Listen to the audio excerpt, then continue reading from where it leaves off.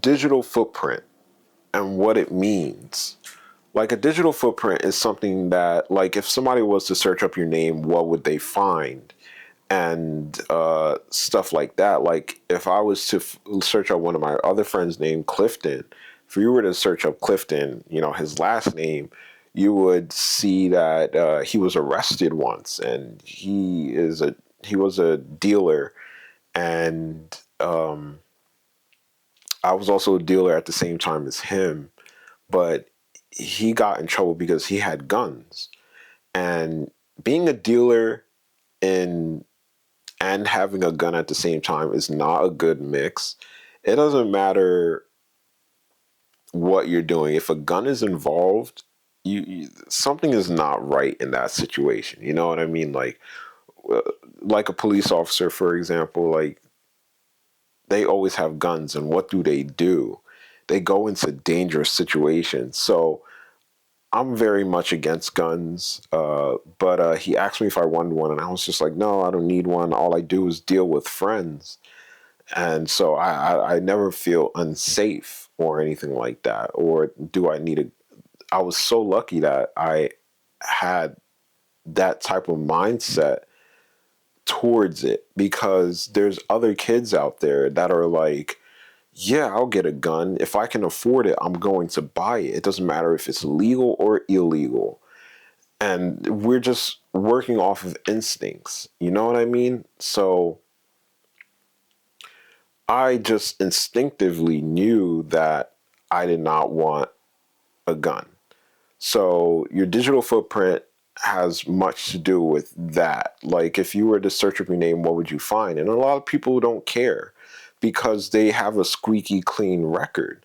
And if you search up their name, you won't find anything. You know what I mean? It'll just be like, maybe your Facebook would pop up, anything with your name on it.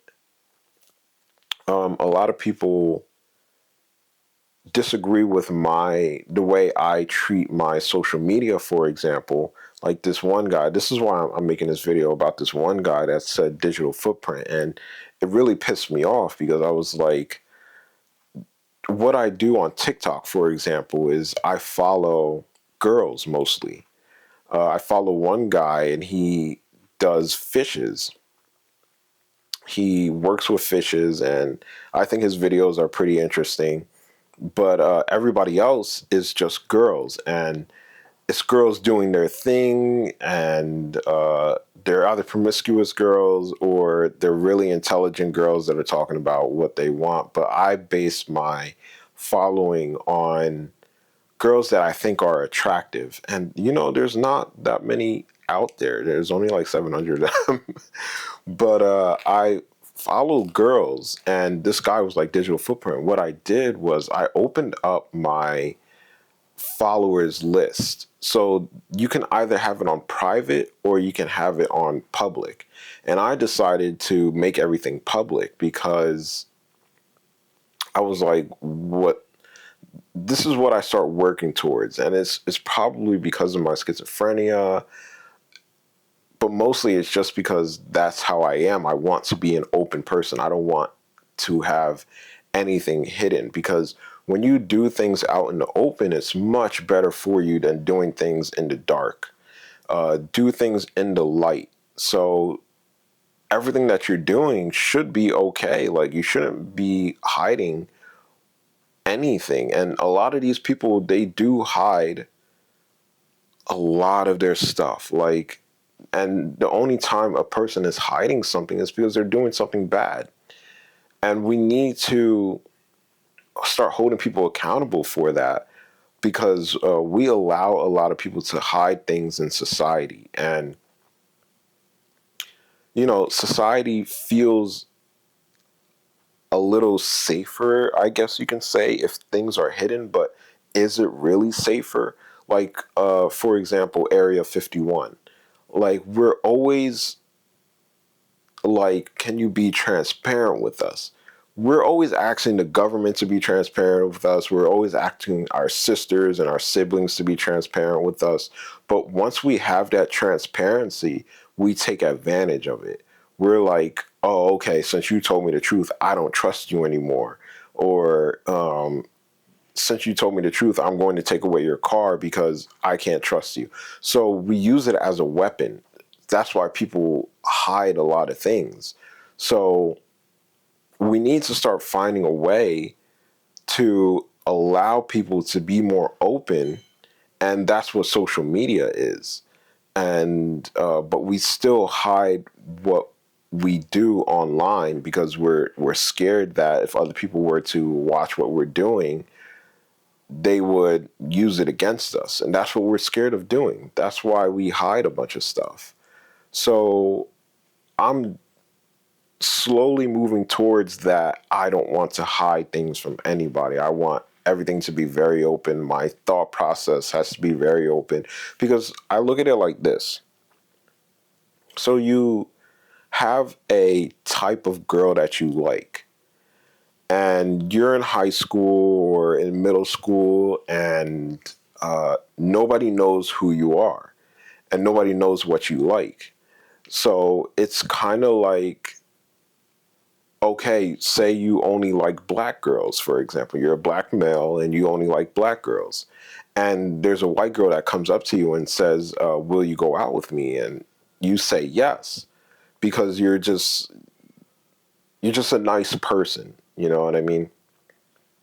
You're just very nice, and you're not going to say no to her. You're just going to go on with it. But then you start treating her badly because you don't like, that's not your preference. So can we avoid that whole situation of like, oh, we broke up the other day, or I don't know if he likes me. He's not talking to me the way that he used to talk to me. And he didn't even say happy birthday to me. He kind of just ignored me on my birthday. How could that have been avoided? It could have been avoided if he was very open with what he liked. Now we're taught, I don't think yes, we're taught this because my life moves so fast. Life moves very quickly that we can't even keep up with what's going on, and we're just barely holding on as life is pulling us. But it's not really life that's pulling us because the seasons change and we get older. It's a set pattern, but the way that we are with each other is very is it's a variable. We don't know how we're going to treat each other. Either we'll treat each other with respect one year, and then the next year we're down your throat, we have a knife to your back. Of course, like, there are things that we can, you know, believe in, you know what I mean? Like, oh, I lost my train of thought. This is what happens. This is what happens. Oh, that was such a good conversation too. But being more open with each other can definitely help us out. You know what I mean? Like, eventually we will get to that point where we have to be open with each other because we have so many secrets that we're not even sure what those secrets are. So why are we holding secrets with each other when we have plenty more in the stockpile? You know what I mean? Like, we're intelligent creatures, but we need to cooperate in this world. So why aren't we cooperating? Why are we hiding things from each other? Why are we damning each other and not helping each other out? Like, if I'm running a business, why isn't there a book about running a realty business? Why aren't there books that specifically tell us what to do? No, we get that from word of mouth, and word of mouth can be iffy. Like, some people are at different stages in life. So nobody listens to a 25-year-old because they think they're too young. Everybody listens to a 50-year-old, but a 50-year-old can have the same experiences as a 25-year-old, and we listen to the 50-year-old, but we don't listen to the 25-year-old. Like, what's going on with that? And that 50-year-old can make big mistakes. Like they're making huge mistakes. Like we could talk about slavery, we could talk about the electric car. The older people make huge, huge mistakes. Yet we're here like, I'll only listen to an older person because I feel like they have more experience. But we're in a day and age where a 25-year-old is able to gain the amount of experience as a 50-year-old person. Like, yes, they have more hand-to-hand experience, but we can research. We're good researchers. So we're trying to compress 50 years or 25 years into 1 year, and we're just trying our best, but nobody wants to listen to a 25-year-old. But eventually we will be open with each other. You know what I mean? Like, I hope that we will. I believe that we will. I would definitely be working towards that, trying to be more open. But it's hard. It is very hard because people judge you for being open. They judge you for being a person that has flaws, a person that has ideas, a person that has opinions. They think so lowly of us. Like we think so lowly of each other. It's very disheartening.